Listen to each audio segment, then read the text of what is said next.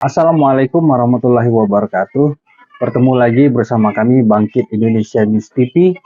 Saat ini gejolak Pilpres semakin seru. Banyak tokoh yang turun gunung dan juga berbagai kalangan saat ini bersuara. Ada yang pro dan ada yang kontra. Akhirnya Gibran Rakabuming Raka buka suara hingga Joko Widodo menanggapi isu hak angket, pemakzulan, dan berbagai isu yang menerpa.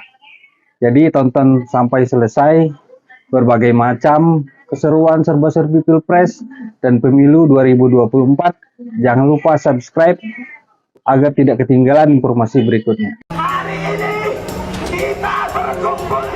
Siapa penjahat-penjahat demokrasi itu? Joko Widodo bersama seluruh antek-anteknya. Ya monggo, kan saya sudah sering bilang silahkan, jika ada yang kurang berkenan sudah ada jalurnya sendiri-sendiri. Oke? Pak Ganjar mengusulkan angket ke pemilu ke DPR, gimana respon Pak Presiden? Ya itu hak demokrasi, nggak apa-apa kan. Pak, siapa menurut Pak Yusuf kingmaker yang sesungguhnya? Adalah presiden. Jokowi. Iya, Dia yang sesungguhnya. betul. Bukan yang lain-lain. Bukan yang lain-lain. Kembali kami menegaskan bahwasanya kita akan ikutin sampai secara resmi pengumuman daripada KPU itu. Nah, kalian sudah pasti tahu tanpa saya sebutkan, ini tidak pemilu yang berjalan mulus dan biasa-biasa saja lah. Komunikasi antara saya dengan Mbak Mega itu amat sangat dibutuhkan. Sebagian besar lah saya bisa katakan masyarakat yang menginginkan bagaimana kita bisa duduk bersama untuk melihat masa depan bangsa ini. Sikap dari Koalisi Perubahan akan mendukung hak angket ya Pak ya? Kalian tahu itu kan hak konstitusional yang ada.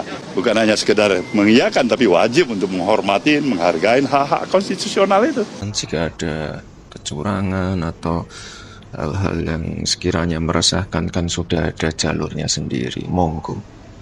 Pendukung 01 dan 03, di bawah kita sudah mulai komunikasi, kita sudah mulai ketemu. Hak angket sepertinya akan berjalan, dan itu adalah pilihan konstitusional.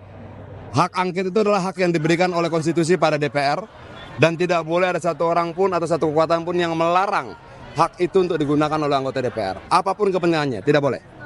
Kalau dia coba melarang hak angket itu, artinya dia larang adalah digunakannya hak konstitusional. Kalau sekarang sepertinya sudah jadi keinginan rakyat. Pembukaan masih sidang, Pak.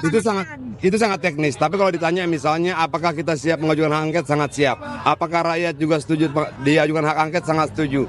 Apakah menggunakan hak angket itu sesuatu yang konstitusional, sangat konstitusional. Menunggu apa yang dilakukan oleh PDI untuk mengajukan angket, ya. Kami sangat mendukung, sangat senang, ya. Kalau ada yang melangkah begitu, kita ada di belakangnya. Kita siap, kita akan mengawal. Kita akan cek sampai ke detail-detailnya, ya. Dan saya yakin pertemuan ini akan berlanjut, ya. Terus hari demi hari untuk memberikan sikap kita kepada situasi yang ada. Masalah angket, segala kritikan, evaluasi, demo, ataupun surat-surat terbuka, apapun itu ya kami tanggung sebagai bahan evaluasi, masukan dan lain-lainnya.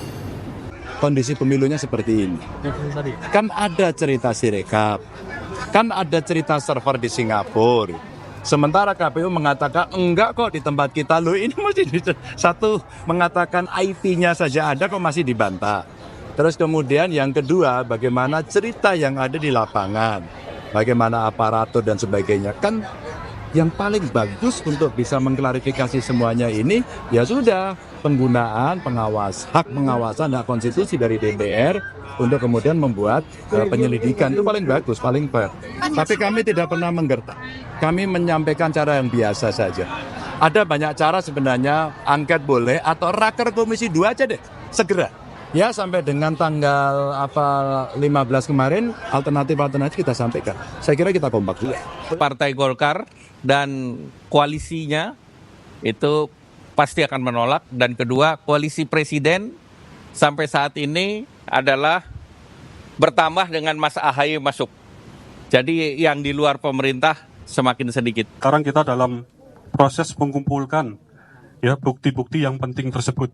Ya, kita ada tim hukum di sini, dikomandoi salah satunya oleh Pak Yutri, ya bagian hukum. Ini kita kumpulkan secermat mungkin, ya. Begitu kita melihat ini sudah cukup dan waktunya, kita akan sesegera mungkin melaporkan ke Bawaslu. Ya, demikian. Undang-undang pemilu telah jelas mendesain bagaimana menyelesaikan semua permasalahan berkaitan dengan pemungutan dan penghitungan suara.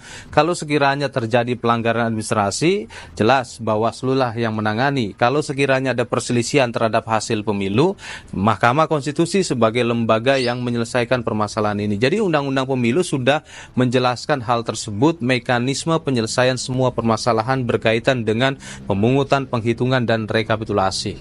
Dan kita sebagai negara demokrasi yang besar, mari kita tegakkan demokrasi konstitusional dan di mana hukum menjadi panglimanya, apalagi dalam prinsip penyelenggaraan pemilu adalah berkepastian hukum. Saya ingin mengajak kepada semua pihak, mari kembali kepada undang-undang pemilu. Perlu ada audit menyeluruh terhadap platform yang dikelola oleh KPU. Audit itu meliputi dari proses perencanaannya, bagaimana, proses implementasinya, bagaimana, termasuk juga anggarannya. Data-data yang tidak sinkron antara foto formulir C hasil plano TPS yang juga disirekap dengan hasil konversi angkanya yang ditayangkan itu. Sejak tanggal 15 Februari yang lalu, pada kesempatan H+1 setelah pemungutan suara, kami sampaikan perkembangannya. Yang pertama, untuk pemilu presiden, wakil presiden yang sudah